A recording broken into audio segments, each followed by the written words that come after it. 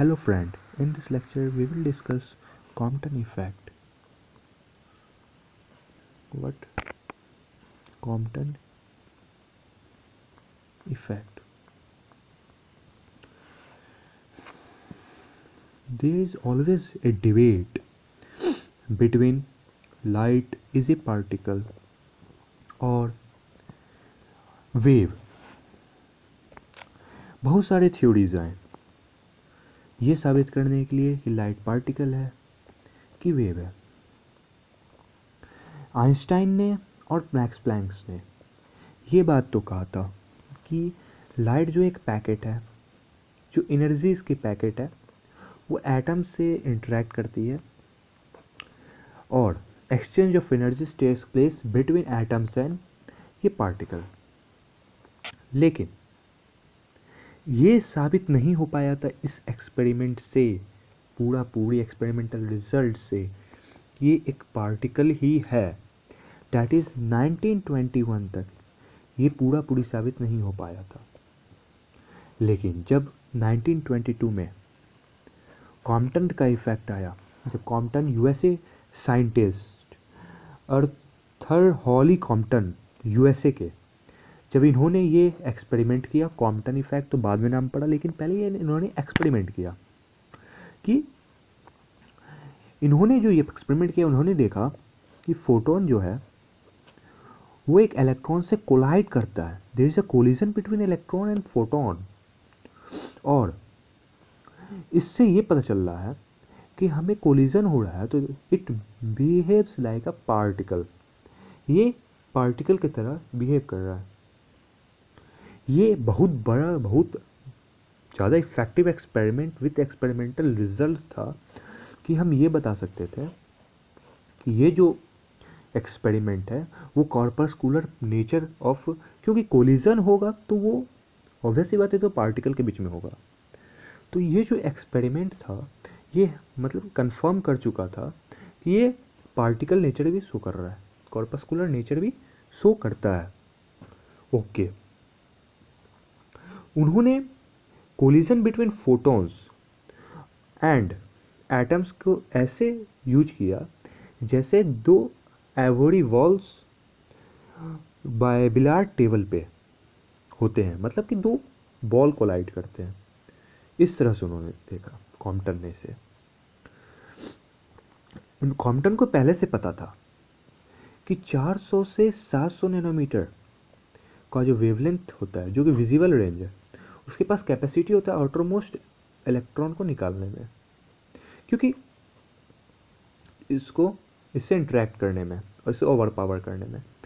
क्योंकि ये आउटरमोस्ट होता है, ये लगभग फ्रीली बाउंडेड होता है. और कॉम्पटन इफेक्ट के लिए कॉम्पटन को एक फ्रीली इलेक्ट्रॉन चाहिए था जो कि आउटरमोस्ट सेल में ही मिलेगा. इसीलिए उन्होंने इससे भी ज़्यादा पावर का, मतलब फ्रीक्वेंसी, एनर्जी का एक्सरे लिए, जिससे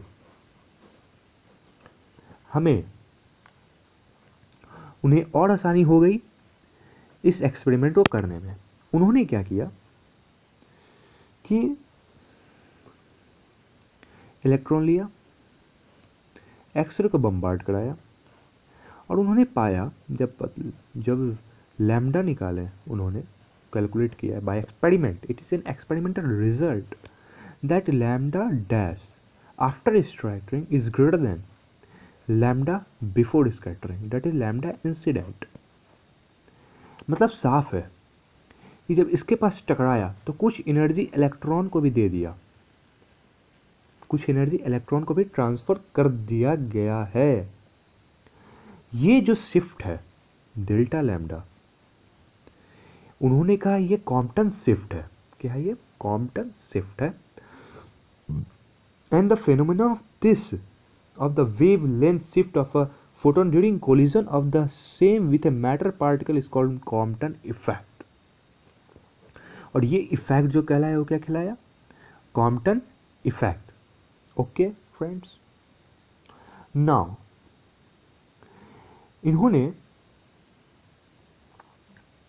इनका जो एक्सपेरिमेंट था वो पुराने इलेक्ट्रोमैग्नेटिक थ्योरी से हम नहीं कह सकते थे, क्योंकि पुराने इलेक्ट्रोमैग्नेटिक थ्योरी में ये कहा गया था कि जब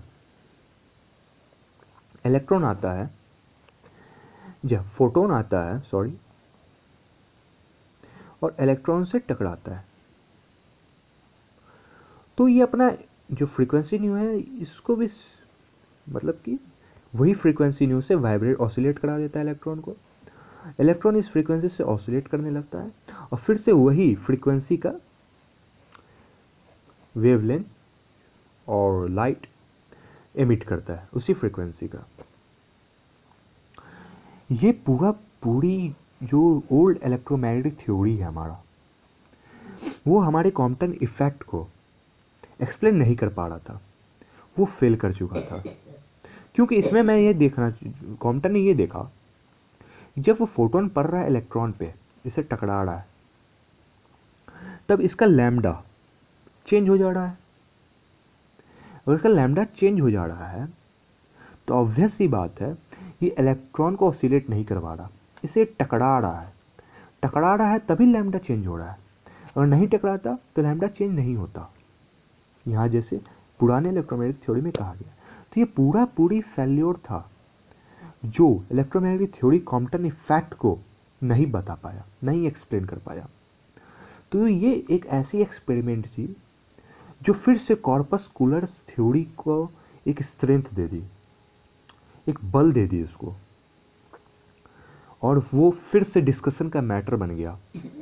light is also so corpuscular nature. Now हम लोग अब डेरिवेशन पे इसके आ सकते हैं।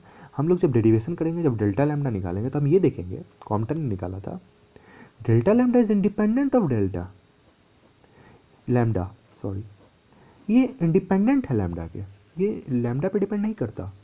चाहे आप एक्सरे लीजिए, चाहे आप विजिबल लाइट लीजिए, चाहे आप कोई ऐसा भी रेडियो वेव, माइक्रोवेव, कुछ भी वेव लीजिए, ऐसा वेव लीजिए जो कैपेसिटी हो बाहर वाले इलेक्ट्रॉन पे स्ट्राइक करने की, उससे निकालने की, उसके पास उतना कैपेसिटी हो फ्री इलेक्ट्रॉन से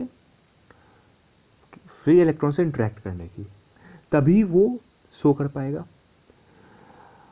तो वो लैम्डा पे डिपेंड नहीं करता, और दूसरा nature of target, nature of material पे डिपेंड नहीं करता, नेचर ऑफ मटेरियल पे डिपेंड नहीं करता। अब बात आई, अब मान लीजिए अगर ये फोटोन एक एटम से टकराती, जो कि atom means highly bonded electron से टकराती, तो इसका एटॉमिक मास बहुत ज़्यादा है, इससे कोई फ़र्क नहीं पड़ता। मैं ये डिस्कस करूँगा बाद में। ये सारा कॉर्पस्कुलर नेचर को शो करने के लिए ही एक इफेक्ट हुआ था। ये एक्सपेरिमेंटल रिजल्ट है, मैं बार बार कर रहा हूँ, ये 100% प्रूव्ड रिजल्ट है ना। हम लोग डेरिवेशन पे आते हैं। इसकी डेरिवेशंस करने के बाद आपको बहुत चीज़ क्लियर हो जाएगी। इसकी फॉर्मूला ही ये बताती है कि सिर्फ ये एंगल ऑफ स्कैटरिंग पे डिपेंड करती है, थीटा पे, not on lambda and nature of material. Now we will come to the, मान लेते हैं कि एक इलेक्ट्रॉन है, ओके, यहाँ से फोटोन आई, इससे टकराई। इलेक्ट्रॉन को इनिशियली हम सिंप्लिसिटी के लिए, ओनली सिंप्लिसिटी के लिए से 0 मांग रहे हैं इनिशियल वेलोसिटी। जो फोटोन है मान लेते हैं इसका न्यू है, इसका न्यू डैश हो गया, चेंज कर गया, और ये जो है चला गया, इलेक्ट्रॉन भी स्कैटर किया, मान लेते हैं ये थीटा पे किया, ये क्या फाई पे, एकदम सेम है जैसे मैं कॉलिजन में करता था, एकदम सेम वैसे ही है। ओके, नाउ मान लेते हैं इसका वेलोसिटी v आ गया कुछ, एंड मास m चेंज कर जाएगा, हमें पता है रिलेटिविस्टिक से आइंस्टाइन का फॉर्मूला लगाएंगे, m equal to m not by root under 1 minus v square by c square. हमें पता है, उन्होंने माना भी, अब पता भी हमें कि इलास्टिक कॉलिजन होती है, इसमें एनर्जी लॉस नहीं होती। नाउ हम लगाएंगे इसमें दो चीज़, conservation of energy, conservation of, आप इसे नोट करते चलें, ये बहुत सिंप्लीफाइड तरीका है प्रूफ का। Conservation of energy and conservation of momentum लगाएंगे। ओके, नाउ जब कंजर्वेशन ऑफ एनर्जी लगाएंगे तो h nu is equal to h nu plus m naught c square, sorry, is equal to h nu dash plus mc square.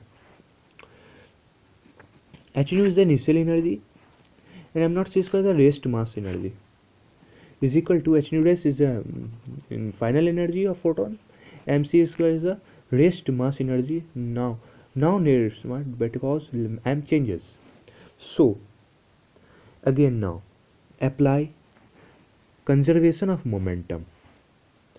So in x direction and also y direction.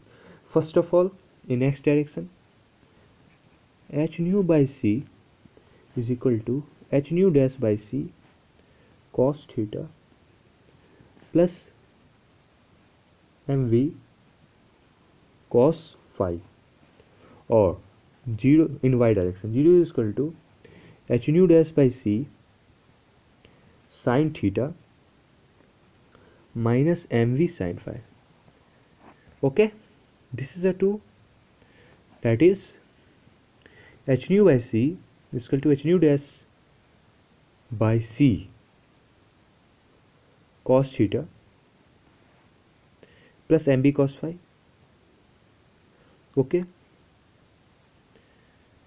Okay, it is a momentum, h nu by c, e by c is the momentum. Now it is also written as, if we replace m by this one, okay, then we can see that h nu by c is equal to h nu dash by c cos theta plus m naught by root under 1 minus beta square cos phi. We take beta as vyc, okay, for simplicity. Now we can find this one, m naught, it also contains v term here, m naught v cos phi by root under 1 minus beta square is equal to h nu by c minus h nu dash by c cos theta. Okay, now in y direction, m naught v by root under 1 minus beta square sin phi is equal to h nu dash by c sin theta. We take first equation, second equation, okay, it is third and it is fourth. Now squaring and adding third and fourth, squaring and adding third and fourth,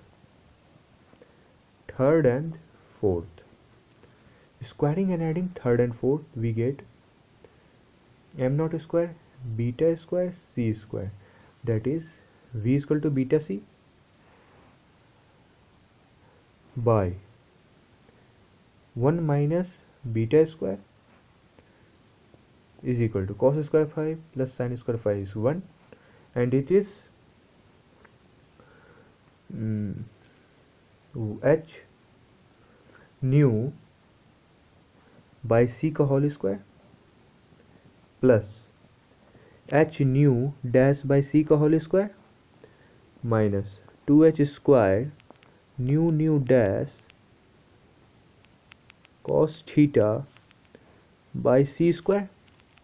Okay, please note down with my every step because it is the simplest form of the derivation. Now using conservation of energy term, we get h nu minus h nu dash plus m naught, only we rearrange it, m naught c square is equal to mc square.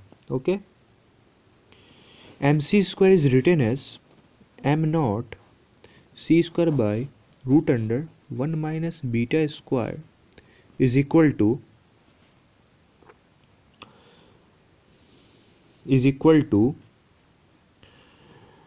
h nu minus h nu dash plus m naught c square. Okay, now squaring both the side, m naught square c का power 4 by 1 minus beta square is equal to h nu by c का whole square. We just simplify it. You must do every step by step. Plus h nu dash by c whole square minus 2h square nu dash by c square plus m naught one minute, it is c square now, because I send c square. If we square it, then c ka power 4, and once c square is go behind it, and I take this square. You must simplify step by step. I only write final results m naught c square plus 2m naught h nu minus nu dash. It is this step you have to determine. 2 to 3 steps more you have to take. Now it is the equation. Take this as a 6th, previous one, this one is a 6, take it as a 6, and take now equation as a 7th one. I write again 6th here, that is 6th here, m naught square beta square c square by 1 minus beta, previous one 6 is equal to h nu by c का whole square plus h nu dash by c का whole square minus 2h square nu dash by c square cos theta. Now subtract it. Subtract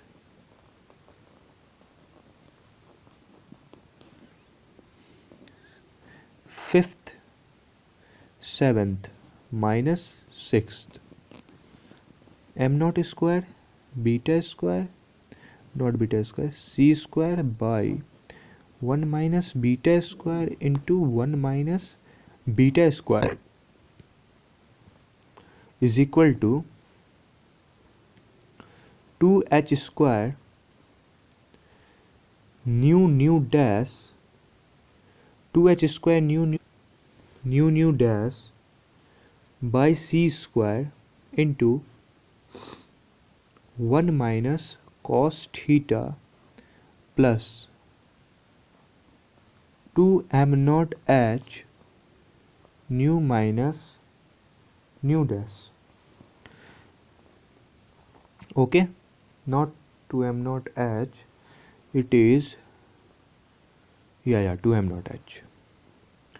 Okay, one thing is missing here, that is plus m naught c square, and we have to subtract 7th minus 6th.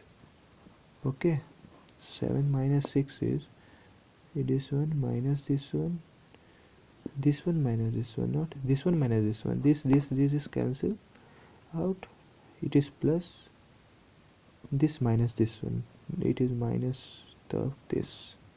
Okay, now this one is 1 minus beta square, 1 minus beta square is cancel, m naught c square, it is m naught c square cancel. Now 2 m naught h nu minus nu dash is equal to 2h square nu dash by c square into 1 minus cos theta. Okay, so m naught h nu minus nu dash is equal to h squared by c 1 minus cos theta. Okay, c into nu minus nu dash by either nu dash, sorry, nu dash is equal to h by m naught c 1 minus cos theta. Here c by nu dash minus c by nu after simplification is h by m naught c 1 minus cos theta. Okay, so lambda dash minus lambda is equal to h by m naught c 1 minus cos theta. Delta lambda is equal to h by m naught c 1 minus cos theta. This is the final result which Compton calculate. It is the constant known as universal constant. It is also called Compton wavelength lambda c. It is also called Compton wavelength lambda c.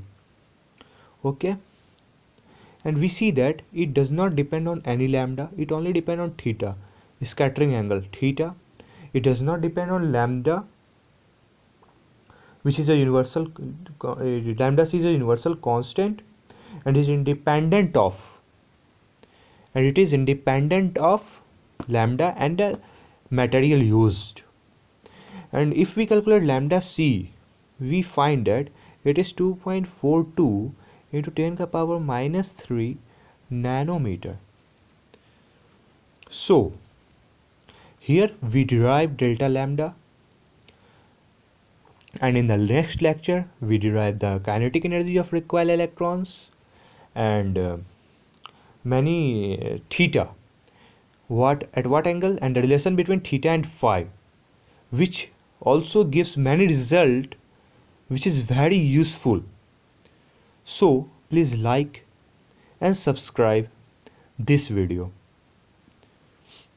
Thank you friends, and meet you in the next video.